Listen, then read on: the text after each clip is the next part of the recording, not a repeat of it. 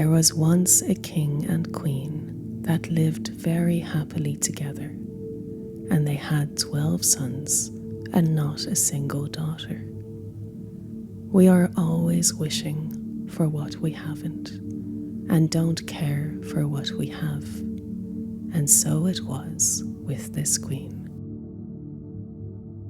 One day in winter, when the courtyard was covered with snow, she was looking out of the parlour window and saw there a calf that was just killed by the butcher and a raven standing near.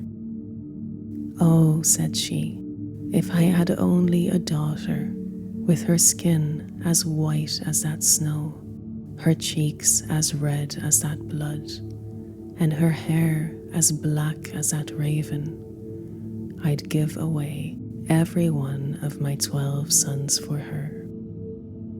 The moment she said the word, she got a great fright, and a shiver went through her, and in an instant after, a severe-looking old woman stood before her. "That was a wicked wish you made," said she, "and to punish you, it will be granted. You will have such a daughter as you desire, but the very day of her birth, you will lose your other children."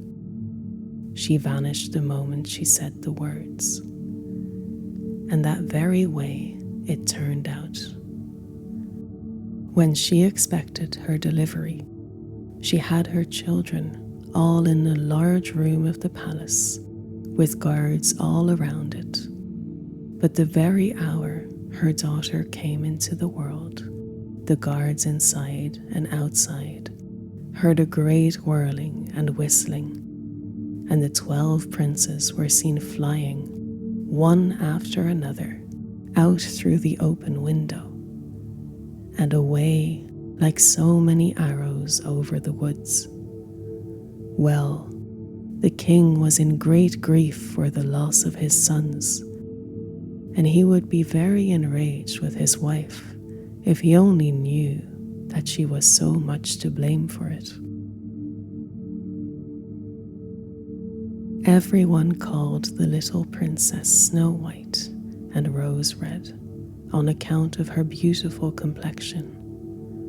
She was the most loving and lovable child that could be seen anywhere. When she was 12 years old, she began to be very sad and lonely, and to torment her mother, asking her about her brothers that she thought were dead, for none up to that time ever told her the exact thing that happened to them. The secret was weighing very heavy on the queen's conscience, and as the little girl persevered in her questions, at last she told her. "Well, mother," said she, "it was on my account my poor brothers were changed into wild geese and are now suffering all sorts of hardship. Before the world is a day older, I'll be off to seek them and try to restore them to their own shapes." The king and queen had her well watched, but all was no use. Next night, she was getting through the woods that surrounded the palace, and she went on and on that night until the evening of the next day. She had a few cakes with her, and she got nuts and margarines, fruit of the sweet briar, and some sweet crabs as she went along. At last she came to a nice wooden house just at sunset. There was a fine garden round it, full of the handsomest flowers, and a gate in the hedge. She went in and saw a table laid out with 12 plates and 12 knives and forks, and 12 spoons, and there were cakes and cold wild fowl and fruit along with the plates, and there was a good fire, and in another long room there were 12 beds. Well, while she was looking about her, she heard the gate opening, and footsteps along the walk, and in came 12 young men, and there was great grief on all their faces when they laid eyes on her. "Oh, what misfortune sent you here," said the eldest. "For the sake of a girl, we were obliged to leave our father's court and be in the shape of wild geese all day. That's 12 years ago, and we took a solemn oath that we would kill the first young girl that came into our hands. It's a pity to put such an innocent and handsome girl as you are out of the world, but we must keep our oath." "But," said she, "I'm your only sister, that never knew anything about this till yesterday, and I stole away from our father's and mother's palace last night to find you out and relieve you if I can." Every one of them clasped his hands and looked down on the floor, and you could hear a pin fall till the eldest cried out, "A curse light on our oath. What shall we do?" "I'll tell you that," said an old woman that appeared at the instant among them. "Break your wicked oath, which no one should keep. If you attempted to lay an uncivil finger on her, I'd change you into 12 balloon bush stalks of ragweed. But I wish well to you as well as to her. She is appointed to be your deliverer in this way. She must spin and knit 12 shirts for you out of bog down, to be gathered by her own hands on the moor, just outside of the wood. It will take her 5 years to do it, and if she once speaks, or laughs, or cries the whole time, you will have to remain wild geese by day till you're called out of the world. So take care of your sister. It is worth your while." The fairy then vanished, and it was only strife with the brothers to see who would be the first to kiss and hug their sister. So, for 3 long years, the poor young princess was occupied pulling bog down, spinning it, and knitting it into shirts. And at the end of the 3 years, she had 8 made. During all that time, she never spoke a word, nor laughed, nor cried. The last was the hardest to refrain from. One fine day, she was sitting in the garden, spinning, when in sprung a fine greyhound and bounded up to her, and laid his paws on her shoulder, and licked her forehead and her hair. The next minute, a beautiful young prince rode up to the little garden gate, took off his hat, and asked for leave to come in. She gave him a little nod, and he walked in. He made ever so many apologies for intruding, and asked her ever so many questions, but not a word could he get out of her. He loved her so much from the first moment that he could not leave her till he told her he was king of a country just bordering on the forest, and he begged her to come with him and be his wife. She couldn't help loving him as much as he did her, and though she shook her head very often and was very sorry to leave her brothers, at last she nodded her head and put her hand in his. She knew well enough that the good fairy and her brothers would be able to find her out. Before she went, she brought out a basket holding all her bog down, and another holding the 8 shirts. The attendants took charge of these, and the prince placed her before him on his horse. The only thing that disturbed him while riding along was the displeasure his stepmother would feel at what he had done. However, he was full master at home, and as soon as he arrived, he sent for the bishop, got his bride nicely dressed, and the marriage was celebrated, the bride answering by signs. He knew by her manners she was of high birth, and no two could be fonder of each other. The wicked stepmother did all she could to make mischief, saying she was sure she was only a woodman's daughter, but nothing could disturb the young king's opinion of his wife.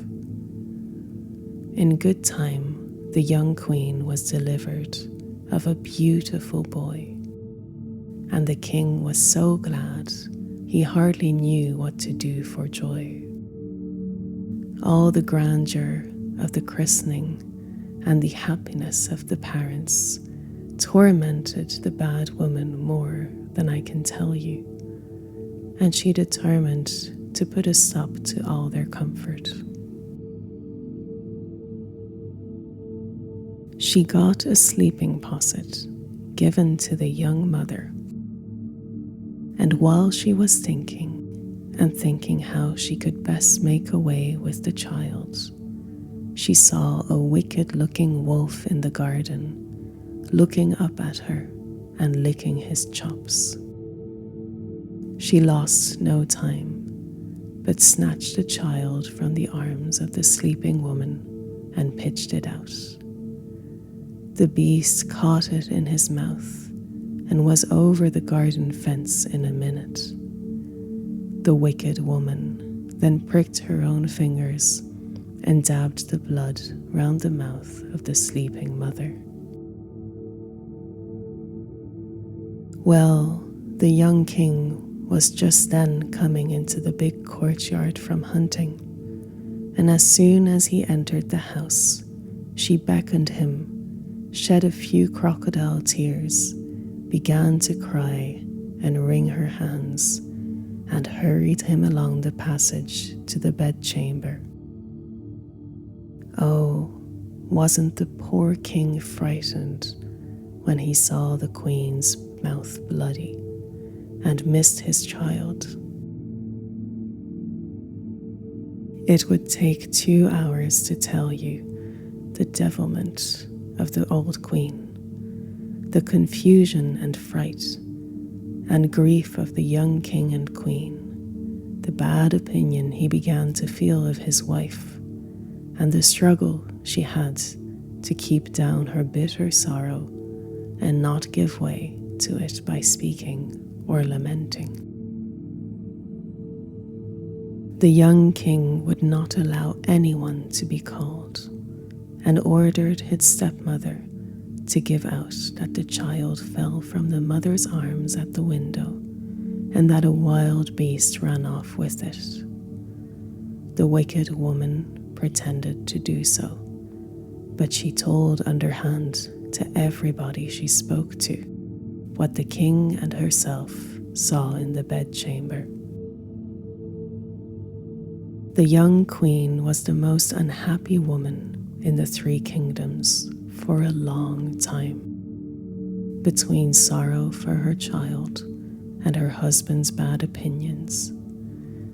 Still, she neither spoke nor cried, and she gathered bog down and went on with the shirts. Often, the 12 wild geese would be seen lighting on the trees in the park or on the smooth sod and looking in at her windows. So she worked on to get the shirts finished. But another year was at an end, and she had the 12th shirt finished except one arm, when she was obliged to take to her bed, and a beautiful girl was born. Now the king was on his guard, and he would not let the mother and child be left alone for a minute. But the wicked woman bribed some of the attendants, set others asleep, gave the sleepy posset to the queen, and had a person watching to snatch the child away and kill it. But what should she see but the same wolf in the garden, looking up and licking his chops again?